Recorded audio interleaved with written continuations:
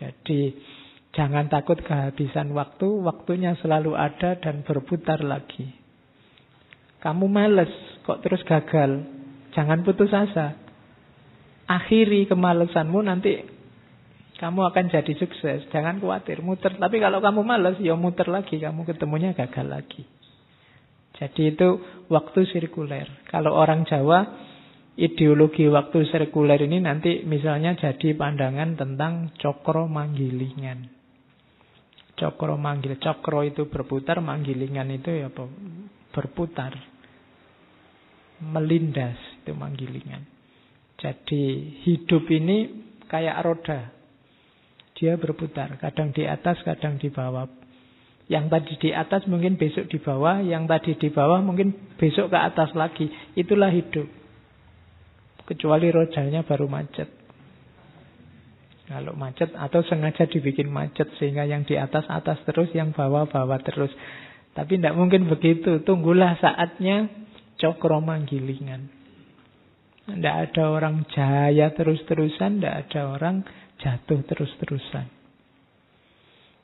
Jadi itu di Jawa. Makanya kuasailah cokro manggilingan ini. Kalau di Jawa kuncinya apa? Triwikromo. Triwikromo itu menguasai 3 dunia.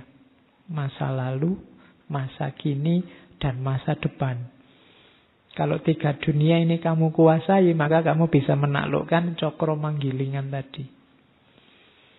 Naik turunnya hidupmu tidak lagi berpengaruh padamu kalau pas di bawah.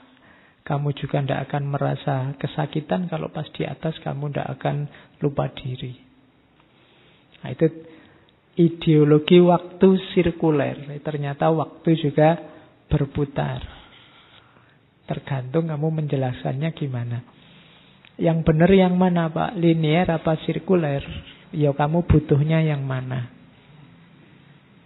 Hidup itu kan begitu. Kalau kamu butuh, ingin efektif, Pak, segera menemukan kesuksesan, mungkin kamu butuh ideologi waktu yang linear. Nah, harus efektif, serius, karena waktunya bisa habis. Tapi kalau kamu mungkin sedang ingin menikmati hidup, sedang ingin santai, sedang ingin bersyukur, nikmatilah alur waktu yang sirkuler. Banyak pandangan sirkuler ini ditemukan dalam falsafah timur, pandangan-pandangan timur. Jadi lebih cocok sama mental timur. Mungkin kita lebih sreg sama yang sirkuler. Tapi kita tetap harus punya senjata yang linear tadi. Karena kalau tidak begitu, mungkin kita santai-santai terus. Begitu waktunya sumpek, harusnya bangkit. Alah biasa, Pak, hidup itu kadang di bawah, kadang di atas. Kamu tidak berjuang-berjuang kamu nanti. Ya, jadi cuma jangan kemerungsung maju terus. Tidak apa-apa. Sekali-sekali gagal ya tidak apa-apa. Balik lagi, ditunggu saja. Selalu ada kesempatan. Kan ada yang bilang kesempatan tidak datang 2 kali. Nah, itu teori waktu linear. Ya. Iya, kalau waktu sirkuler ya enggak. Kamu enggak lolos CPNS enggak apa-apa. Besok ada tes lagi. Loh. Nah, iya kan? Itu kan muter lagi. Nanti ada tes lagi, kamu diuji lagi, enggak lolos lagi. Ya ada muter lagi. Itu kan itu sirkuler. Jadi pokoknya pastikan saja rodanya tetap berputar. Kalau rodanya macet, ya nasibmu. Tidak jadi di atas di bawah. Jadi jangan takut. Kesempatan itu datang bolak-balik. Jangan mau dibilangi kesempatan tidak datang 2 kali loh Anda. Pasti nanti ada kesempatan lagi, jangan khawatir. Mungkin bukan kesempatan yang ini, tapi kesempatan yang lain pasti ada. Kemarin waktu yang kita ngomong harapan kan, jangan putus harapan, tidak apa-apa. 1 menolak, tidak apa-apa, masih puluhan menunggu. Puluhan tahun lagi maksudnya. Oke. Oke.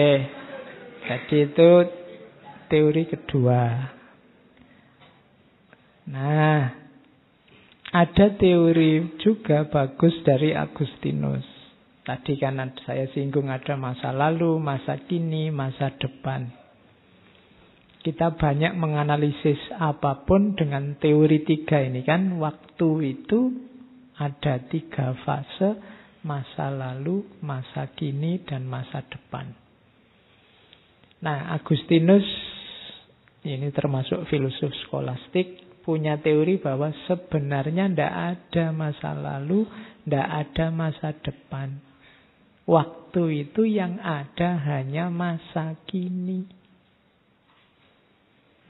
Loh kan ada Pak masa lalu, kemarin kita ngalami. Loh yang kemarin itu masa kininya yang kemarin ketika hari ini.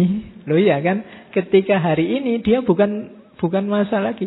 Itu dia masa lalu versi masa kini. Kenapa? Hari ini dia cuma jadi kenangan, jadi memori.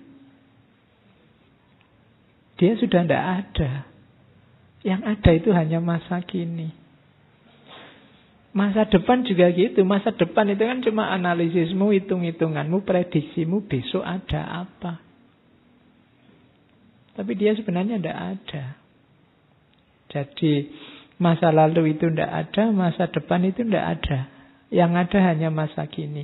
Masa lalu itu tampil di masa kini tidak sebagai dirinya sendiri, tapi sebagai kenangan, sebagai ingatan masa kini terhadap masa lalu. Masa depan juga begitu, dia tampil hari ini tidak sebagai dirinya, tapi hanya sebagai prediksi, hanya sebagai perkiraan. Maka yang ada hanya masa kini. Jadi kamu yang galau karena masa lalu, itu sebenarnya kamu galau oleh sesuatu yang tidak ada. Sudah hilang. Termasuk kamu yang galau tentang masa depan. Besok saya mau jadi apa? Itu kamu sumpek, sedih tentang sesuatu yang tidak ada. Wong tidak mesti begitu kok kamu. Pak, saya besok jadi apa Pak? Rasanya saya itu suram masa depan saya. Loh kan suramnya itu besok. Dan itu tidak mesti suram. Kok kamu sudah sedih sekarang? Gitu loh. Wong itu masih besok.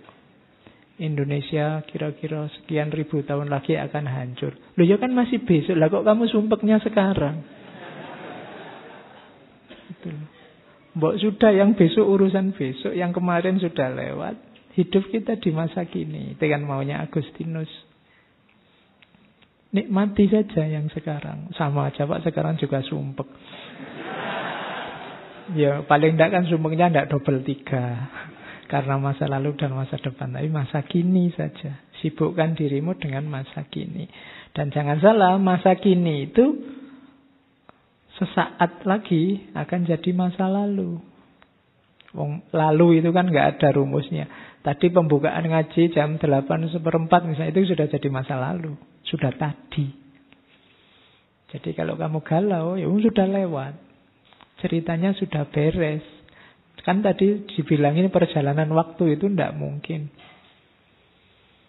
Jadi makanya ada pepatah, penyesalan sesal kemudian itu tiada berguna. Kenapa tidak berguna? Wong sudah lewat peristiwanya.